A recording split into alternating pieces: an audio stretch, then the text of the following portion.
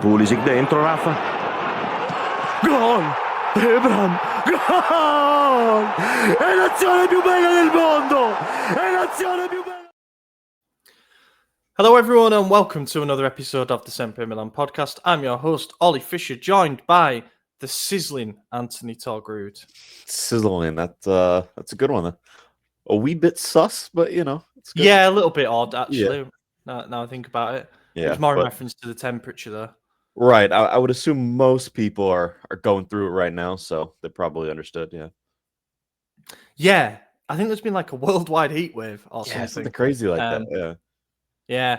Yeah, it was 32 Celsius over Hmm. here over the weekend, which is high. And I know there's been a lot of debate, a lot of discourse on social media about British heat versus other heat. I'm not claiming that it's any more intense or whatever, but it certainly feels more comfortable 35 in Spain, without having to wear a shirt with a beer in hand and the breeze coming from the beach than it does having to try and work and get public transport and all that shit. Yeah.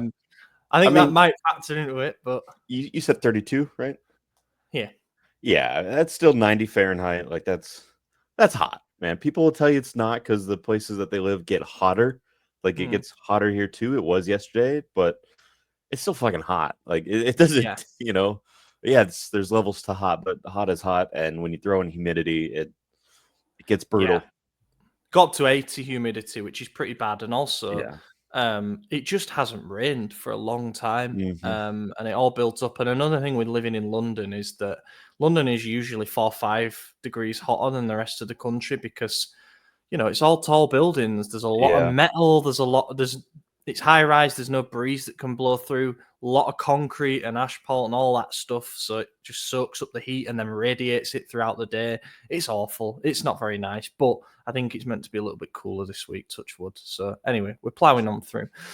Before we dive into this week's episode, we're going to do a little game, shall we say, a little keep or sell on the squad, based on a bit of information that's come out. That's going to be this week's theme. I want to say thank you, as always, to our Substack founding members, Des Winter, McGlynn, Theo, Matt, Moritz, Paulman, Joey Gawler, Kemin, MJ, Mats, Luke Villano, Raul Escobar, Jack, Carlo Fassi, Nasser, Merlin, Finker, Derek Favretta, Heavenly 13, Mike Schulz, JT Physio, Tarek, Marco Villela, Roberto Racinos, Ken, Medicare, and Gianluca. Really appreciate the support over on the Substack, which is our bonus content platform.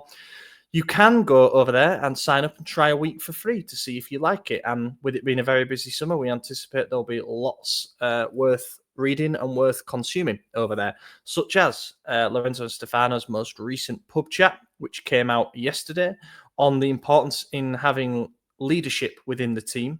And it's kind of built around the potential midfield overhaul with Modric and Xhaka, obviously 2 veteran players coming in, and what that means in terms of setting the standards and things like that is something, that a lot of people have spoken about, but they're talking about it from what else might be needed this summer. The bonus podcast that me and you did towards the end of last week was about, we did a dive into Milan's 2025-26 Serie A fixture list, the tough runs that we've got, the easier runs, how we start and end the season, of course, and how the international breaks will play a part. And we also did the pre-season with all the friendlies that we've got scheduled in, and how Allegri will prepare for the new season.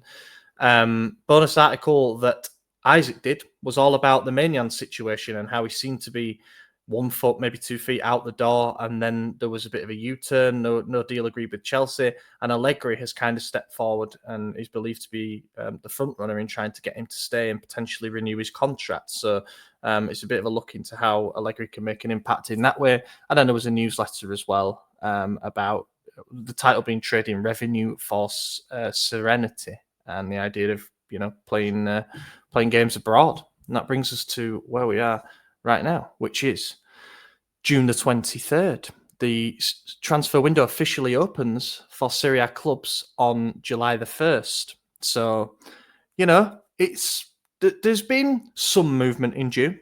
Reinders has gone. Kalulu went on permanent. Pellegrino left. There's been talk of Musa being close to Napoli. Seems like Theo has finally been, an openness on his part to leaving the club and going to Al Hilal. But it's been kind of quiet on the incoming front. The Modric thing is done, but everything else is slow. Yeah, it's the way we've done business the last few years has been very much throw as many lines out as you can, whichever one get a hook on, then you reel it in. And so the first few days after the season ends are always very chaotic for us in the last couple of years. You've seen tens of names for every department, and then all of a sudden it goes quiet. And it's like, okay, now we have all our feelers out there. Let's see which one's going to bite, which one is going to give us favorable terms, and then we start reeling that one in. So there's this bit of a lull going on right now while they're probably evaluating what everyone said. We'll take this amount of money. This guy's not for sale. This guy, you might have to work a little bit. This guy's not convinced, but the club's okay, vice versa. Like everyone's got some weird little story to it. And then all of a sudden, come July 1st, we're going to see some people through the door, I think. Unlikely to be Modric, even though he was the first one done, because he'll be at the Club World Cup. And I would be shocked if Madrid is kicked out in the next few days. So, in fact, I think they've already qualified. I'm not sure. I was at the Al Hilal Salzburg game yesterday. It ended 0-0. So, good game. Dog shit game. Inzaghi, man, that dude in real life, he is always out of his technical area. Even on TV, you see it. But the amount of times the assistant referee had to just walk in front of him and kind of back up and push him back into his technical box, it was so funny. We were cracking up, man. But yeah, they could use a guy like Theo. They definitely play the right style for him. I mean, it's Inzaghi's system. We've seen it at Inter a million times. He'd be DeMarco, but better. So yeah, hopefully he goes there. But where was he going with that? Oh, yeah. I think because of that draw, Madrid is qualified for the knockouts already for the Club World Cup. So they'll be still competing. Modric won't be out. So I don't know who will be first, but we tend to have a July 1 announcement. I know that because it's my birthday. So I usually get a birthday gift. Sometimes maybe good, sometimes maybe shit. Yeah. Maignan, it's been others as well. So we'll see this year. I don't know. Yeah, I think July 1st is significant. That's the reason I mentioned it, not just because of the fact that that's when the window opens. And I know there's a thing about Premier League window opening sort of 2 weeks prior, and it does seem strange that all of Europe's not aligned. Premier League season starts a week earlier than the Serie A season, but still, it doesn't really explain the 2 week gap, to be honest. But anyway, we know when it opens, and I think from a fiscal point of view, when you think about what set of accounts the operation's going, it wouldn't surprise me if we see the Theo sale kind of pushed into the start of July. So it helps the accounts for that year, and we'll make a decent capital gain on that, providing it goes through, which helps. And there'll probably be other sales, other exits as well that will go into that, and it just gives us a bit of leverage for then. I also that think, also explains. That also explains the Reinders formula. You had said this, I think, in the chat a few weeks back, and that's when it finally clicked to me, where I was like, "Oh, that makes sense." The fixed part, because they want him for the Club World Cup, is on last season's books, but those bonuses will be on next season's. Yeah, which is why the fix was so much smaller and the bonus is so much bigger. So if they're easy to reach and we do get an extra 30 million in the bonuses, then that's all next season's money, which is when we'll need it because we won't have Champions League. So it actually does. I mean, even if we were to get 20 mil from the bonuses, people think the overall operation's not enough, and I think that they'd have a point in saying that we maybe should have got a higher fee and stuff like that. But that 20 million, like, who have we got in the squad once Theo goes that fetches us 20 million? There's a few players. It would be a big sale, and yet that's a bonus thing as part of another, so it's just a bit of perspective. But yeah, I expect to see some movement from then onwards. Hopefully it's not another frustrating summer, one where, as you say, we cast out a lot of lines and we get some bites, but then nothing kind of comes from that. But we're going to do the squad building. So, like Gazzetta dello Sport said this morning, that Allegri wants a 23-man squad. We're only in domestic competitions. So that's one thing, we're playing once a week, apart from when we have cup games, and then we've got the Super Copper, of course, as well to think about. But generally speaking, it's going to be one game a week. And therefore, you can streamline things a little bit. Now, we were talking before we started recording about how big our squad was last season. And, I think you'd have to check on a case-by-case basis, game by game, to see, like, how strong a first team squad we named.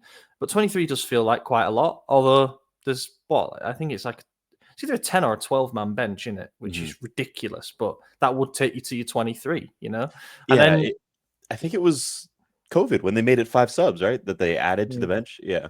I maintain that should have been undone. Fucking hate 5 subs. It's I don't such a like cop. it. I think such a cop out. It gives the players a chance to rest.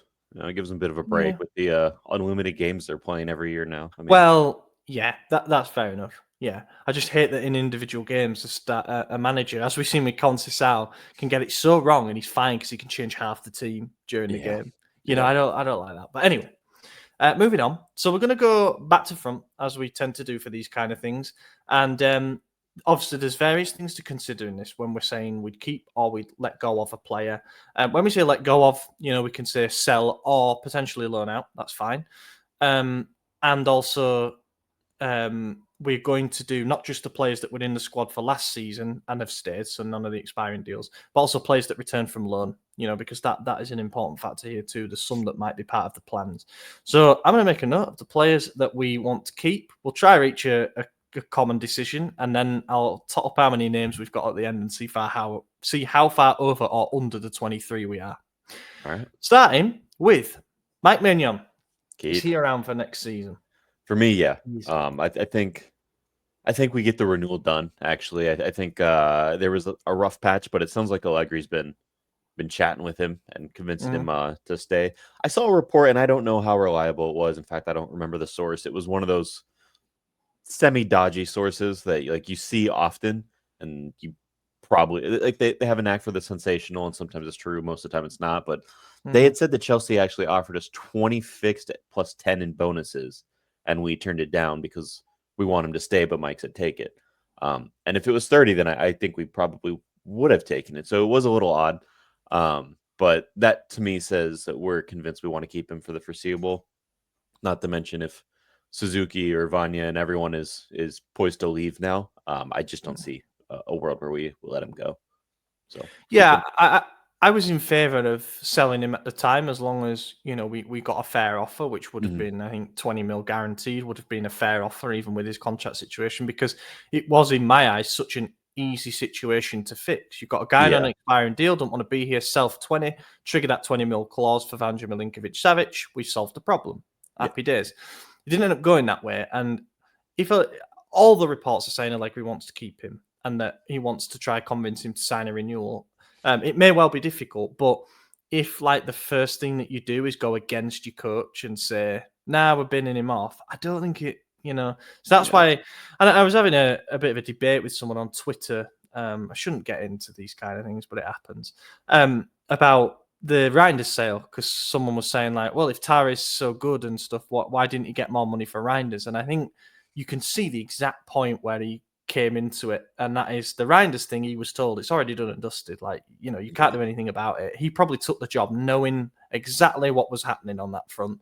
But then when he's allowed to take over and negotiate the Maignan and the Theo, stuff like that, he's driving a hard bargain and not backing down. And I think that's why we've seen it. Even the Musa thing, I think we're all a bit frustrated and we'd like him out of the door. We'll come on to him in this list, of course, but no deal was agreed, and I think the Anguissa thing as well has played into that. But basically, we're not going to just give away players, and Allegri's word is going to be listened to.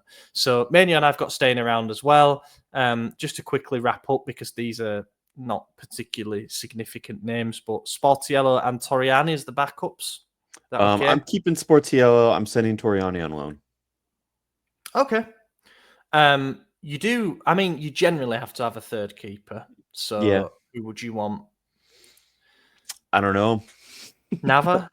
Yeah, probably. Yeah. I think Torriani's too good to be playing Serie D, and I just don't see a world where he's going to be third string this year. I think he needs playing time. So maybe it is Rivera. Maybe it's Vasquez and Sportiello is the third. Who knows? I don't know what's going on with his situation either. So. Yeah, Vasquez is an interesting one because felt certain that he'd be bought, for the low buyout that he had, but with Empoli being relegated and him actually being one of the better Serie A goalkeepers last season, feels like there's kind of an opportunity arisen for us to cash in a little bit there. So say it's a few million. It's a few million we didn't think we were going to get, So that would be something. But if he would stay around as a backup, either way, there's the backup goalkeepers is what it is. You can pick 2 from 5, and it doesn't really move the needle in any way. So we'll put Sportiello and Nava for now. Moving on to the defense, then Florenzi's out of contract, so he's a no. And we're not renewing him, and nor do I think we should. He's not even on the squad list anymore for FOTMOB. So yeah, I'm going on Milan's thing still. Which probably better. It says 2024-25 to be fair. Gabia's staying. Yes. Agreed. Yeah. Theo Hernandez leaving. Yep. Are we okay with that? Yep. Jimenez staying. I mean, yeah, he's going to stay. Yeah. I think we need to do a bit of a balance between like gut feeling and our own personal opinion, because I know you want to say get rid of him, like Real Madrid buy back, it's happening, keep the money. But the problem is we don't have anyone to start over him at right back or left back. Honestly, if we're getting rid of Theo and probably Emerson Royale when he comes around too. So no, he would have been on the right. So yeah, I guess we got to keep Jimenez. It just depends on who we bring in at fullback. If we bring in Dodo, then I don't care what happens to Jimenez. Dodo's my guy. So, but I don't know. I think that there's an interesting discussion to be had about the fullbacks, because we are almost certainly going to go into next season with 2 new stars in the fullback positions. And I think there could be a bit of a rebalancing in that way, because we've been so left-sided over the past few years with the combination of Theo and Leao. For obvious reasons, you can't avoid it. They're so talented and they had such chemistry that we did lean to the left a bit. But now with Theo leaving, it feels like the right backs we've been linked with are the attacking players. Vanderson at Monaco, really like that link. Dodo, as you mentioned, pretty good going forward. So it might be that now we're pushing down that flank a bit. And if you have an attacking right back and you've got someone like Pulisic on the right wing who can offer the work rate to cover for it, maybe that's the way we're going to go with things. And then on the left side, with Leao on that side, you go with more of a defensive fullback, just to keep that balance. We saw it in the Scudetto season, right? How it was, how the balancing act worked. Zinchenko's been linked for the left back position. I don't like that, but it's Kivior as well, who we know can play centre back, left back. It wouldn't surprise me if we see that the switch, attacking left back goes to attacking right back and vice versa. But the fullback position will be interesting. I can see Jimenez staying around as at least a wild card. Someone who can play both fullback positions and both wing positions. So it feels like that ticks boxes for Allegri. Pavlovic, I've got staying, I think. Yeah. I mean, and I'll just kind of break ahead here and say that's what I view for all the center backs. I think all 4 of them are going to stay. Yeah, I'm in agreement with that. As long as they're all happy to stay and fight for their spots, which it kind of sounds like they are, to be honest, then you don't change it, because that means it's an area that doesn't need investment, and we've got limited funds as it is. But the one that's surprised me the most that's been coming out is all the rumours about Malik Thiaw leaving, because out of the 4 centre-backs we have at present, he is the one that stands out to me as being the most fitting for Allegri's style. Not only is he good on the ball in terms of his passing range, he's kind of like, he's got a bit of everything, whereas Pavlovic is known for being the aggressor and pushing up to the line, and Tomori perhaps the same. And then Gabia, you've got kind of a taller, more aerially dominant player. I think Thiaw's the one that's kind of got the most going for him. And I can really see Allegri asking for him to stay and it going from there, really. I think Thiaw has the most upside. He's the youngest of our 4 center backs. He's arguably the tallest. Some sources say he's 6'4", some say 6'3". And depending on which one you believe, then Pavlovic would be the other, who's also listed as 6'4" or 6'3". Which, I mean, those are probably the 2 with the most upside because they're the youngest. But yeah, it's interesting because I still think Tomori and Gabia might be our best pairing, but under Allegri, I could see that switching to like a Tomori Thiaw or a Thiaw Gabia or something along those lines. I think the one most likely to leave, or one that could leave, the most for me is Tomori, but Thiaw's the one with the links. So Yeah. in I don't terms of think the links, it makes sense because he has the highest upside, right? But Yeah, I don't think it's a coincidence either that Thiaw has had the links. You know, I know Bidder shouts about this all the time, but like, if there's a Bundesliga team, or I think it was Bayern and Leverkusen have been linked the most, willing to pay 25 mil plus for him, whereas none of the others are getting any offers. That maybe should tell us something.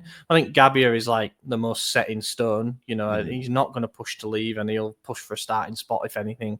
And Tomori, if Tomori turned around to Tari and Allegri and said, look, I'm a bit homesick, or an opportunity's come up for me in the Premier League and I want to take it, I don't think we should stand in his way.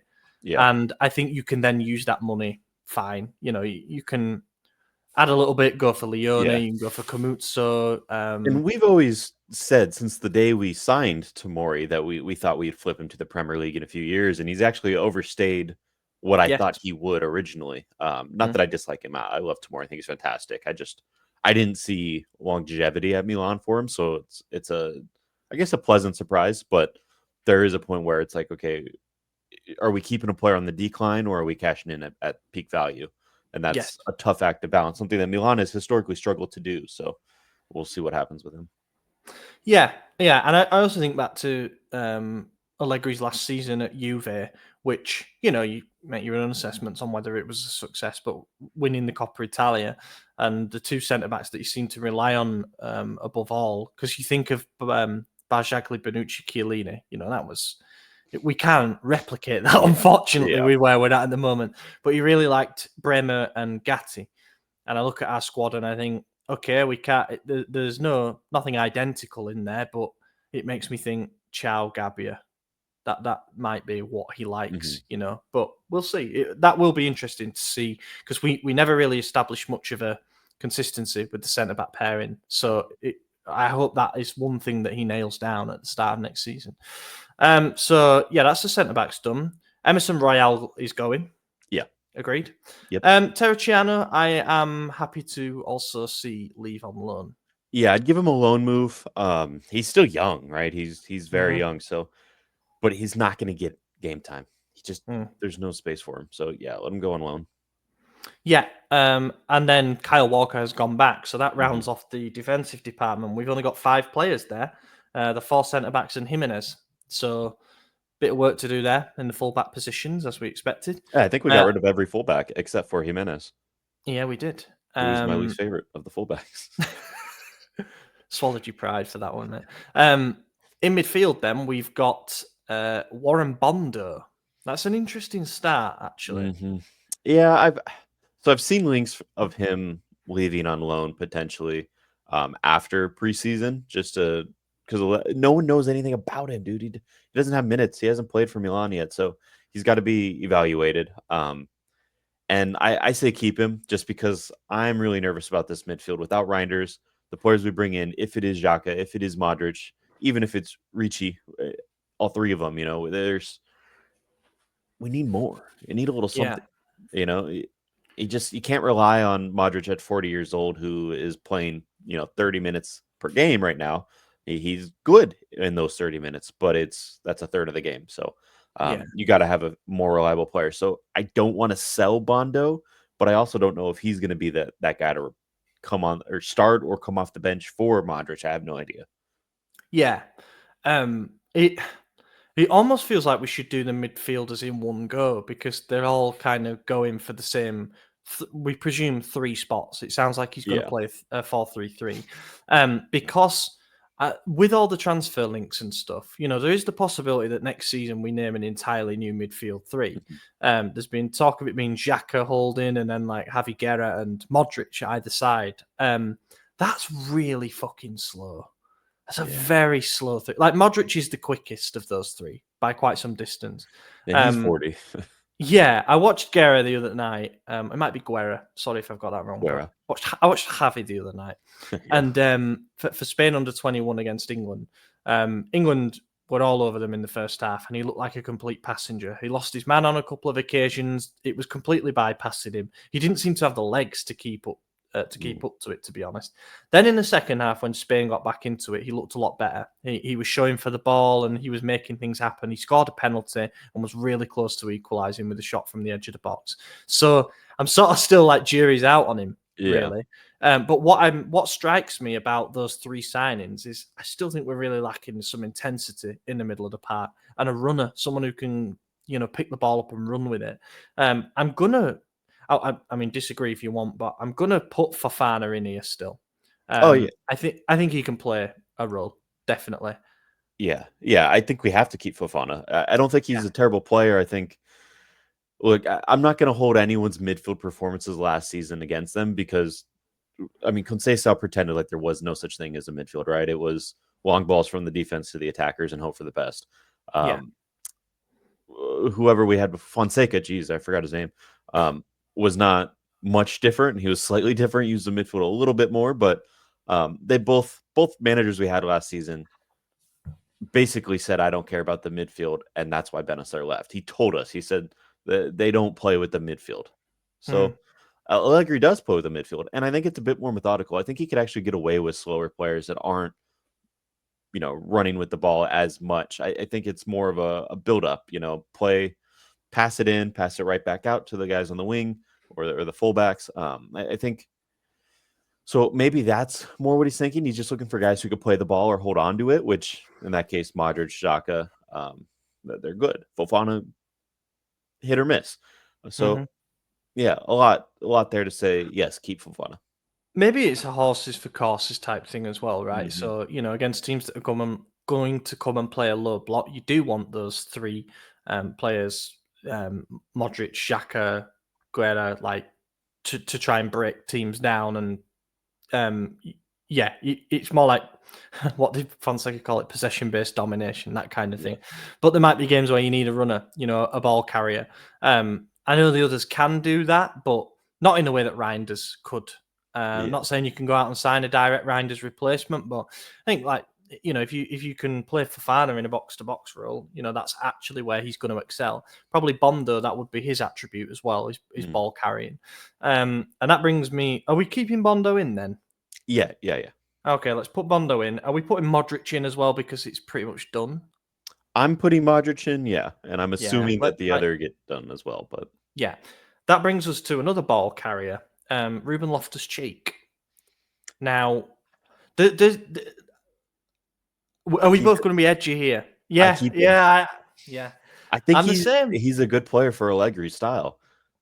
He of all the players in our midfield currently, I think he's the one that can get the ball from point A to point B the best. Now, getting from point B to point C is very difficult for him, which is that final third pass or that shot in on goal. Struggles with that, but he did it the first year he was with us. He got 10 goals, remember? He was basically playing how Reinders played last season, so a bit different, but if he stays fit, if he keeps moving the ball, and if he could just refine that final pass, he could just improve his thought process in the end. I think he could be a solid player again. So I'm keeping him. To be honest, I'm nervous to tear apart this midfield anymore. So a part of me just says keep everyone. Yeah, it can't be 5 new players, can it? No. And unfortunately, the only one who was consistent last season has gone. So it leaves us in limbo massively. But with Loftus-Cheek, obviously, everything depends on his fitness, because if he's fit and available, which he should be more in theory with 1 game a week, we shouldn't have to overwork him. He'll be a weapon for Allegri without a doubt. I think there's a bit of there's potentially a bit of the Rabiot role for him. With the late runs into the box, as we saw in his first season, as mentioned, ball carrying, physicality, just someone with size who makes things happen. So I could see that working. And Luca Bianchin did something for the Gazzetta dello Sport where he said that he thinks Allegri wants to keep him and that he sees him as a key player. So maybe that's what's taught me around. Because I think a couple of weeks ago I'd have been like, nah, off he goes if a decent offer comes in. But now I'm just like, yeah, all right, maybe if you can't do a full midfield overhaul, then the players that can fight for a starting spot are the ones that should stay. and you're sort of bringing in a couple who should be starters, and Yeah. that's fine. It's not too radical. But yeah, is that it? Musa, sorry, yeah, Yunus Musa. Yeah, Musa we sell. I think the offer from Napoli is enough for me. For now, I think he'll be a engine under Conte, and we will be made to regret it in those matchups if he goes there. But if Anguissa's not leaving, they might not go for it anymore. And I don't know who else would come in or if we're going to get anywhere near that. So it'll be interesting to see what happens with him. But for me, that's the guy I say sell. Yeah, the others, if you sell, you don't get the money. No, you don't. Nowhere near the same money. That's the one thing about Musa is that, like, so we took a punt on him at 20 mil, right? And you could say it didn't work because he so far hasn't contributed what we hoped. But we're probably still going to make our money back because he's still young and things. So that is an argument actually in favour of the model of recruitment that we've gone for, is that he ain't going for 5 mil. You know, if anything, we might make a small profit on him on a capital gain or whatever. So it's a strange one, but there's talk of West Ham coming in for him as well. Yeah, either works for me. I think his time has come. Seen enough from him. There's also been some people saying that Musa under Allegri could be something to watch because he likes his Vidal types, his hard workers, the hustlers, but he's too erratic, I think. Yeah. You know, Allegri certainly doesn't like players that make errors leading to goals. And unfortunately, that has happened way too many times. We'll move on to the attack. They've got Pulisic down as a midfielder in this. I think that's for the Opta stat padding. That don't count. But we'll put Pulisic down. Are we having Thiaw as well? Yeah, you keep both of them. Yeah. And then we've got Tammy Abraham has returned. Luka Jovic is out of contract. Samu Chukwueze. I think you keep him only because we're pretty thin in attack. I think you keep him. Because for now, I don't. If Thiaw needs a rest, Pulisic can play left. Chukwueze comes in on the right. Yeah. And Salem Marcus, who will come on. We'll play both wings. I think we keep him. Though another one like Tomori, if a decent offer comes in and he says, yeah, actually, I fancy that, going back to La Liga or whatever it might be, then you wouldn't stand in his way, because I think the money that we get for him, even if it's 15, 20 million range, which is, near enough us breaking even, I think you can get a player for that who is useful. You might even go for a left winger. You might go for like a Loriente or whatever. So we've got an actual deputy to Thiaw rather than switching Salamakers over flanks or whatever. So I'm putting keep for now, but interchangeable really. And then the other one really is Santiago Jimenez, which is a keep, even though you see rumors about his future being uncertain. I think it would be ridiculous to sell a player 6 months after we just spent a record amount on. So you keep him. Obviously, I don't know. I say obviously, but I don't know who watched it really. But Mexico game last night, he scored a 94th minute bicycle kick winner. It was a fucking incredible goal. Called offside, and I don't know if he was the one offside or the person who touched it prior to him. I didn't see the actual VAR review. I just saw the goal go in. So I don't know, but it was a nice goal, and that's a guy I want on my team. Yeah, it's a brilliant goal, by the way. We tweeted it, so you can go check that out, or you just search it, whatever. But I still don't understand what it was called off for, to be honest. And there's a lot of people saying that it shouldn't have been, and that it's actually an error from the VAR. It doesn't matter. They still topped the group, did Mexico. Nice. So makes sense. But that would have been a good one to have. And I think Allegri will still like seeing that, because it shows that there's still some confidence in there. Yeah, exactly. To go for a bicycle is... Yeah, player who's at rock bottom doesn't do that. So I think that bodes well. So now we are into the players that are coming back from loans. This is where it gets a little interesting. So I'm not counting Morata in this, because his loan expires in January. Yeah, exactly. Yeah. So while there's a lot of talk about it being terminated early and him going to Como or even staying as the backup striker, I'm not factoring that in until it happens. It seems like a lot of noise to me. The chances of him being a Milan striker next season to me feel pretty low. So we'll work on that assumption. In terms of players that will return, that we want to keep, Lorenzo Colombo is going to be a no, I believe. Yeah. Sorry. Excuse me. I think he's going to leave again. Yeah, me too. Obviously, Kalulu's not coming back. Pobega. I think you probably should keep him, but I'd rather Mm. flip him. I just don't see a world where he stays here. That sounds like we're not into that. But at what point do we start looking at the homegrown list and think, okay, we need a few? Yeah, that is something to consider, and I am gonna mention that at the end. But a lot of the players will not have to be named on the list A squad. Youth players can be named on list B. So for this 23 man, it's okay. Should be okay anyway. Okay. But yeah, in terms of homegrown players that are over the age of 23, he would factor into that. Or is it over 22? Whatever it is, he would factor into that. And then the only other one you've got is Gabia. So that's actually slightly problematic the more you think about it. I'm going to... So what we've got at the moment in midfield is 4 players: Fofana, Bondo, Modric, Loftus-Cheek. So let's say we sign a couple. I think we need to sign Xhaka and another. That takes you up to 6 midfielders for 3 spots over the season with 1 game a week. That feels like quite a lot. I disagree. I think that's the right amount because Modric is 40, Xhaka's 33, going to be 34 this season.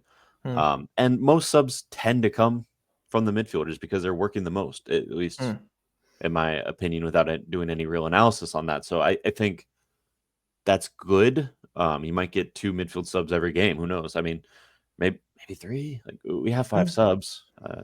We don't have many strikers, so it's not going to be them getting swapped out.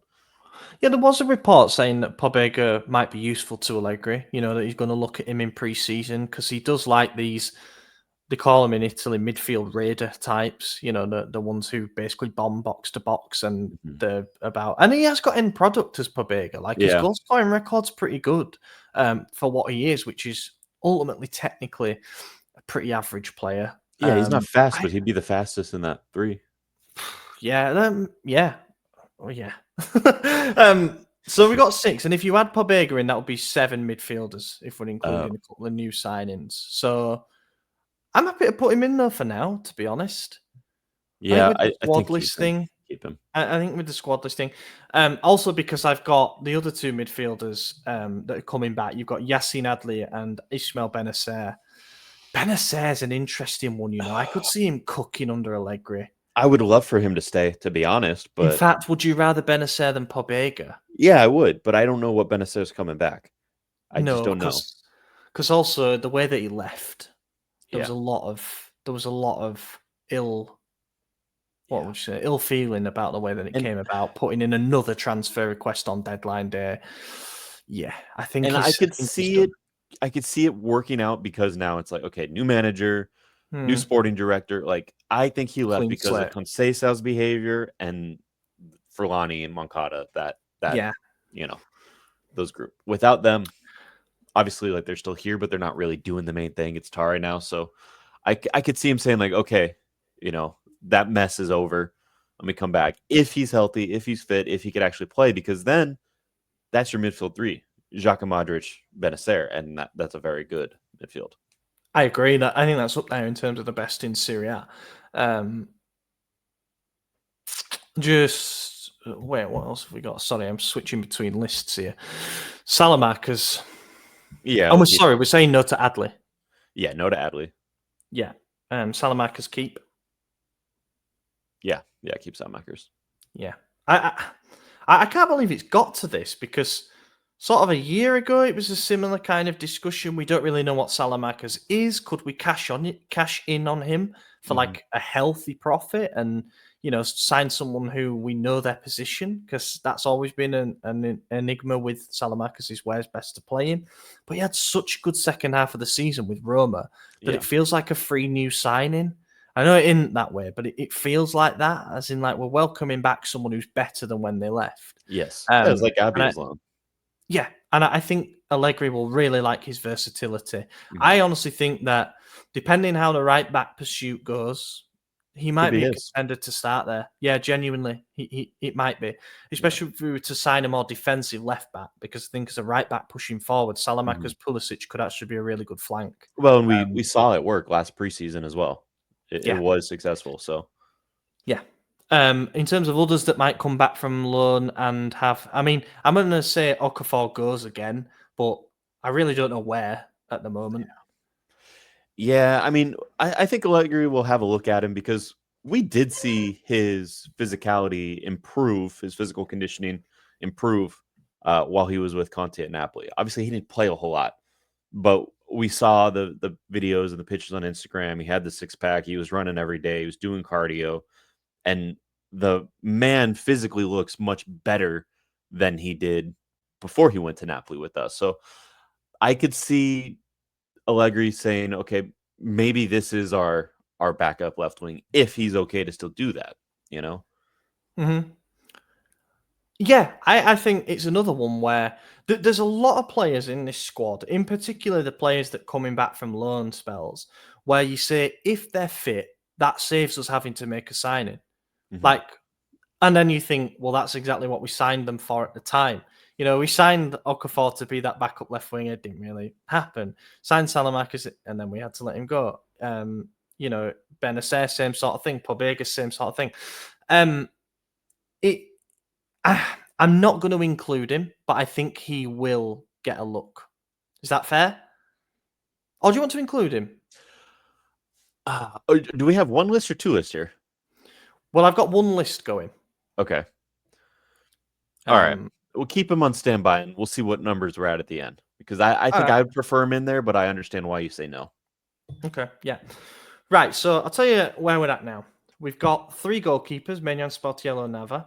Then we've got 5 defenders, Gabia, Jimenez, Pavlovic, Tomori, Thiaw, takes us up to 8. Fofana, Bondo, Modric, Loftus-Cheek and Pobega in midfield, takes us up to 13. Pulisic, Leao, Chukwueze, Jimenez, Salamakers, Okafor, 6 more, takes us up to 19 out of 23. And we've said that 2 of those spots are going for new midfield signings. So we've got 2 more free spots. Are those 2 midfield spots? Is that Modric, Xhaka, or did we already include them? Modric we've put as yes because it's basically done, but Xhaka and Guerra, whoever, are not counted. Yeah. Okay. So yeah, we'll include 2 spots obviously for that. And then I think we're still going to get a striker, be it Vlahovic or someone else. You know, so there's another spot there. I don't know who takes the last spot. A right back, be it Dodo. It has to be a fullback. It has to be, yeah, because we won't have anyone on the left. And he's not even a proper fullback. So we splashed the cash, Cambiaso. Let's go. Yeah, someone who can cover both sides. It's interesting though because we need at least 2 fullbacks there, I'd say. And I agree that we're going to bring in another striker. We basically have to bring in another striker, and that would take us over. That would take us to 24. So that's when you're like, who do you cut? Probably one of the midfielders, I would assume. Yeah, you're cutting a midfielder. It can't be any of the defenders or the goalkeepers, really. I think you have to name a minimum of 3 goalkeepers. That's why I'm standing firm on that. Yeah. Or you are taking Okafor out because we've got, or you're taking Chukwueze or Okafor out of the attack, basically. Thinking we have enough wing cover with Salamakers, Pulisic, out. Yeah. And Jimenez, I mean, he could go up and wing as well. So you probably do take out Okafor or Chukwueze, whichever one gets an offer first. So with that, we've made it work. We would have the spaces then to sign 2 midfielders, 2 fullbacks, and a striker. And yeah, I mean, it implies that some money's coming in from some of the players we're not keeping, but they might be loans with option and that kind of thing. Yeah. And then there's players, of course, that would be named on list B. So, you know, if Kamada stays around, that would apply to him. Liberale. Zaruli's already left on loan to Monza, which is interesting.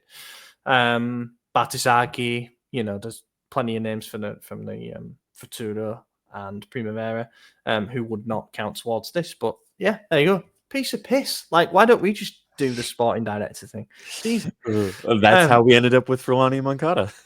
Yeah. You guys said, I can do it. Money balls. Yeah, that was a fun game. Right. What else? There's no real rumours to talk about in terms of incomings or outgoings apart from Theo, and we've done Yeah, that. 30 mil in would I would be happy with that. So we'll just do some listener questions. I'm sorry you had it up there and I've switched straight off it. No worries. Can't find the Discord. There it is. So in the Discord chat, we have got okay, we got another couple of off-topic questions. Di Maio, do y'all have a favorite cuisine and our favorite dish? Good one. You know, I'm my big three: Chinese, Italian, Mexican. Mhm. I don't know what my favorite dish overall would be, to be honest. I don't know. If I can Mount Rushmore it, then Yeah, I there you go. am in agreement on those three, and I'll add Indian. Ooh, My I would not favorite. add Indian for my fourth. I would put like an American steak. Oh yeah. What? Yeah, but what cuisine is steak and chips? Or fries? Sorry. Because like the French would say Everyone steak does and it, you know. frites. Yeah, you know what I Yeah. mean? Yeah. I mean, hey, this is gonna get some laughs, but of course I've been brought up on it, so I do like our food when done well. I like fish and chips by the seaside. I like a roast dinner on a winter day and all that. But I like good, honest English food like Chinese and Indian. No, I really enjoy Mexican food. I Yeah. think that's got like But the one thing to me with Mexican food that I found living in DC is they don't know what the fuck they're doing out here, man. Like Mexican food in Arizona was so easy to find great quality because I was a stone's throw away from Mexico itself. So when I used to work on the border, I would go into Mexico, grab tacos, come back for lunch. Out here, man, I had tacos yesterday at a bar that called themselves a Mexican bar. Dude, they're trying too hard. They're trying to change it up and do weird shit, and it's just like, why are we reinventing the wheel? It's the easiest wheel in the world. We don't need all this stuff. No, I don't reinvent a wheel. I totally agree. Are you a hard shell or soft shell taco kind of guy? It depends on my mood. I'll do both, but I prefer the traditional, the real small corn Yeah. corn tortillas. Corn tortillas, yes. Yeah. Yeah. My favorite dish is pollo milanese, without a doubt. Yeah, no, that's a good dish. Or I mean, chicken parm if you want to anglicize it. Yeah, both pretty good. Oh wow! What was the first Milan game you got to see in person? Mine was a banter era pre-season friendly against Man City. Heckled Willie Caballero from behind his goal the entire half. We got beat 5-1 with this lineup. I'm gonna hopefully save that and display it in a second. But yeah, you can answer. That's too funny. Mine was also a preseason against a Manchester team, but it was Manchester United. And this will show you a lot about me and when I became an adult and started having my own money and could afford to travel to go watch games. But it was Gattuso versus Mourinho, the one that had like, I think it was like 26 penalty kicks in it. That was a mess. It was Bonucci's final game in a Milan shirt. I was right behind goal, or well, I was right behind one of the goals where Suso scored, and the opposite end of the penalty, so you could barely see those. And I remember, oh my God, look at that nasty lineup. Honda is a striker. Sorry, finish your story. And then I'll talk through it. But I remember Bonucci was coming through the tunnel, which was right next to the goal. It was very odd. It was in LA. I think it was the LA Galaxy Stadium, actually. But yeah, Bonucci was there, and there was a group of guys that were screaming, like, F you, Bonucci, blah, blah. And I was like, be nice to him. Maybe he'll stay. At full time, it was announced he was gone, and I was like, yeah, fuck that guy. Like, but you wish you'd have joined in now. Yeah, exactly. Yeah. So this is the lineup that I'm sorry I didn't say his name. Tubes saw the Man City game. It will be 2013-14. That I think. Yeah. Judging by the team, you got Agazzi in goal. I forgot about him. DeCilio, Rami, Alex, Constant, the back four. I liked Alex. You know, he's the one who gets a pass out of them, but fuck me, the rest. Polly. I liked Rami as well. Yeah, in moments. I liked him. I didn't think he was a good player, but I liked the bloke. Man. Yeah, he was chaotic. He paid his own transfer fee. That's crazy. He did, yeah. Poli, Cristante, Montari, midfield 3 is... Lots of sprite in that. Lots of energy. Yeah, Cristante is still like making a living at a decent level. I never thought that would happen. I've also got a photo of Poli. I'm stood next to him while he's having an ice bath. So that's my claim to fame. Niang, Honda, El Shaarawy is a front 3. That's vibes. I'm just not sure why Honda's down the middle in this team. Like, surely Niang is just peak banter era, man. That's yeah. You can't talk it. Same season was when I saw my first game. It was a Milan derby at San Siro. We lost 1-0. Freddie Guarin scored for Inter. It was painful. I then went back later that season and we won 3-0. Wow. So that was my second game. I also saw a friendly against Man United, but this was Gianpaolo time. It was at the Millennium Stadium in Cardiff. The first ever soccer game I watched live, like professional, was Real Madrid versus LA Galaxy. I got to yell at Ronaldo. He looked me dead in the eyes when I said, "Fuck you, Ronaldo, you suck." It was scary. Again, I was right behind goal. Saw Benzema score. Modric was there. Kaká was there. A lot of Ballon d'Or winners. Never thought. Nope. But Crazy. Look at us. Oh, hi, Mats asks, I like this question. Which typical feature in American sports would you like to see in Serie A and football in general? On or off the pitch, events, organizations, rules? None. None.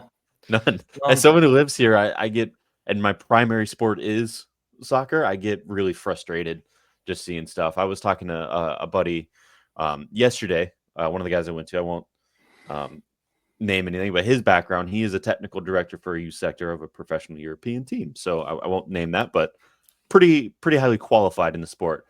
And he had the realization that all Americans have about sports is if you're halfway through the season and you're not qualifying for playoffs and you know that the worst team gets first pick in the draft, why would you not play to tank? And I was like, exactly. They do. Mm-hmm. You see this all the time. You get half the teams playing each other and they both are playing to lose, and it just creates the worst viewing experience. It's ridiculous. Why would you want that? Yes, dude, I get it. So you could make an argument that that the draft system works in a closed ecosystem, so with no promotion and relegation, because you need those teams at the bottom to not be at the bottom forever. Otherwise, that's how markets die and stuff. But for us, it wouldn't work. I think about the idea of drafts but it's just not set up that way. We don't have college system to bring through players and things. So the tanking thing, competitiveness. Like you look at the MLS last season. LA Galaxy, no, it was LAFC won it all, right? I don't know. One of the LA teams won it all last season, and then this year, LA Galaxy's dead last with 1 win, and they're like 20 games into the season. So, yeah. Do you know what? This is a real cop-out answer, I think, but I would bring in the willingness and the appetite for stadium development and real estate development. Yeah. Well, okay, yeah. I that is a cop out because it happens here too. Like it's not exclusive to American sports at all. But just we're at that point now in Italy where the red tape and the bureaucracy is so annoying. There's talk of even the new San Siro thing now hitting the buffers because of the second tier restriction and stuff. And you have to jump through so many hoops to make it happen. Whereas in American sports, I know there are still some things like it's usually about it being taxpayer funded versus private it investment. typically is. So it's got to go through like a council approval, city, and all that. Like there's still a lot of bureaucracy, but at the end of the day, get built it's money and people. And what I would like to see in Americans, and this is a different thing, is those taxpayers that have to pay for the new stadium. Get something out of it. Why am I paying for a multi-billionaire to have his new stadium? So if they leave the city, if they sell off, some of that money should get refunded back to the taxpayers. But whatever, that's different. I saw like the White Sox, because when we go to Chicago at the end of August, we're going to see the White Sox and the Yankees, and I was trying to say like where the White Sox play now is actually one of the nicer new modern stadiums. Not in the best area, it's pretty soulless and stuff. And then I was looking into it, and the White Sox are trying to build another new stadium in downtown, like the South Loop or whatever they call it, and they want the taxpayers to fund it. So you've not even been in your current stadium for 30 years yet.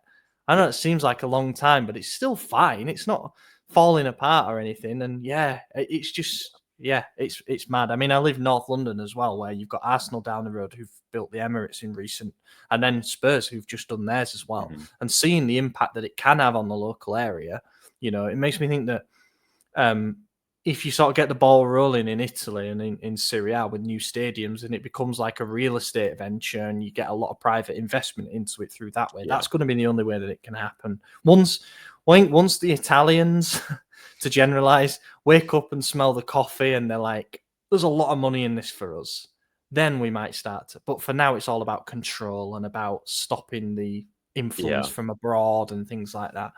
Rule. I don't know. Timeouts, maybe. Yeah, I mean, like the idea of coach being able to just like call timeout, but there's enough breaks as it is. Yeah, I don't like timeouts. I do think maybe a non-continuous clock. Like when the ball goes out of play, just stop it. Just stop the clock. That way you get rid of time wasting. You can't waste time if time's not being counted, Allegri's Milan playing for throw-ins. No more, because we can't do it anymore. Pioli's always said that. He always wanted a real-time game clock instead of... Well, and then you get rid of the argument of, where'd you get that number for added time? Like, it wasn't 2 minutes, it was 7, or the opposite. And it's like, well, I just pressed pause on the clock. You could get genuine buzzer beaters as well, where like that shot, it goes in and it's the winner, because there can be there's no argument about when the referee blows the whistle and someone's on a counter. It's like, we ran out of time, dude. Like, it is what it is, But, yeah. There's also that study that said in an average Premier League game, out of the 90 plus minutes that are supposed to be played, it actually comes in around about like 53 or something. So fans arguably aren't getting the value for money, but the counter to that would be that's just always been football. You don't go thinking I'm going to see 90 minutes of solid action. In the same way that if you went to watch an NFL game, how much of it is them stood in a huddle working out what play they're going to call as the clock still runs? I think you can make comparisons. The flip side argument of that is, like, even with it being a real-time clock, it won't be exactly 90 minutes. It would still go longer. And in a weird way, when you do have the added time where it's generally around 5 minutes or less, almost exactly when that game's going to end, start to finish, right? Like, how long that's going to take out of your day. This is going to be roughly 2 hours of my day. Whereas in an NFL game, even though it's, there is a set time and it's real time, because of the timeouts, because of the stop, that game could take 4 or 5 hours and you just don't know. Like, I'm sitting down to do this. This is all I'm doing today, Yeah. So, I guess there's some arguments, but.